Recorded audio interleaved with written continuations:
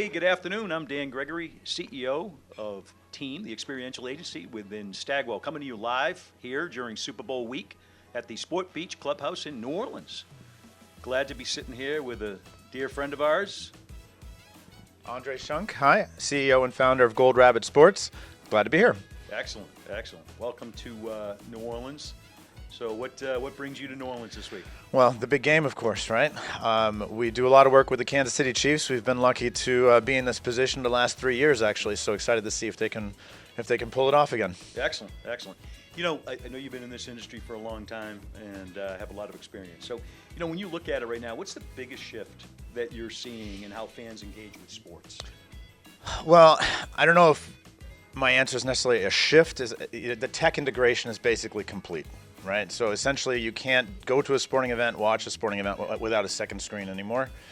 And so I think with that completion or with that trend kind of coming to its end, what it means is that as you go to a sporting event or as you watch a game, you're constantly being fed additional information to what's going on on the pitch or on the court or on the field.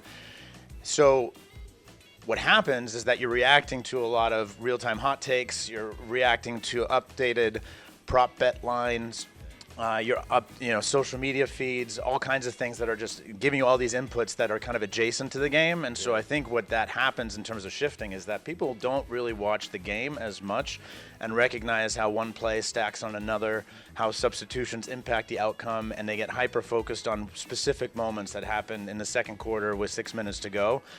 And that kind of drives the conversation about what happened during that contest, which I think is really interesting. I think that's where a lot of the Chiefs hate comes from right now, right? Because you get focused on that one. The hate was there for the Patriots, right, exactly. Like when that one call, and you kind of, that gets played in a loop, right, over and over again. And so that's all that people talk about rather than what were all the decisions that were made throughout the game to lead to the outcome. So I think it's an interesting way because it just used to be a very communal experience. Now it's very hyper focused on those specific moments. Yeah, well, that's insightful. So what I'm really taking from that too is that the brands have to be more adaptive and make quicker moves to communicate with their consumers. Yeah, exactly. And or do you do the counter programming, right? Like, do you try to lead people back to, hey, you know what? Let's look at the whole game, not just that one moment, not just that one incident. Let's see how everything kind of plays together. So there's more space than people might realize. Good. So how are you looking at live experiences with Super Bowl, kind of balancing the tradition kind of with the innovation that's now out there? Yeah, I think the NFL is awesome at this. Like, they do a really good job. If you look at the Super Bowl, it's the biggest sporting event of the year.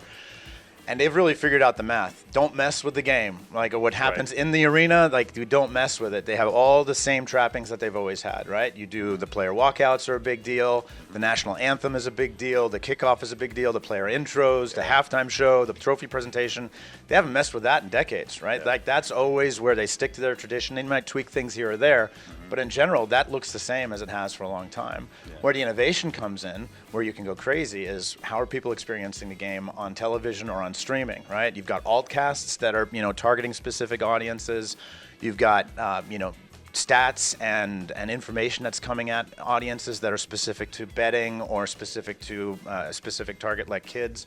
If you take a look at what Nickelodeon's doing with their alternative casts, you just have all kinds of new streaming platforms that they're going to, not for the Super Bowl specifically, right, but in general, right? So the NFL does a really good job of exploring all those areas where it's a little bit safer, right? And it's just done more to increase the scope and scale of the audience, and so that's where you can get creative and innovative. So they thread that needle really, really well. Yeah, you brought something about stats. I mean, you listen to the younger generation now, the stats that they're able to see when these games are going on are far different than we were even 2-3 years ago. Yeah, it's pretty 100%. incredible. I mean, I remember when we were watching football games as kids, we didn't even have the scoreboard bug. Right? We had to wait a few minutes before we knew what's the score, right? And that's permanently on there now. It's very different. We're in a world of collecting a lot of data right now on individuals and consumers. So what do you think that the data that these brands are pulling, how do they have to use that to tailor the fan experience?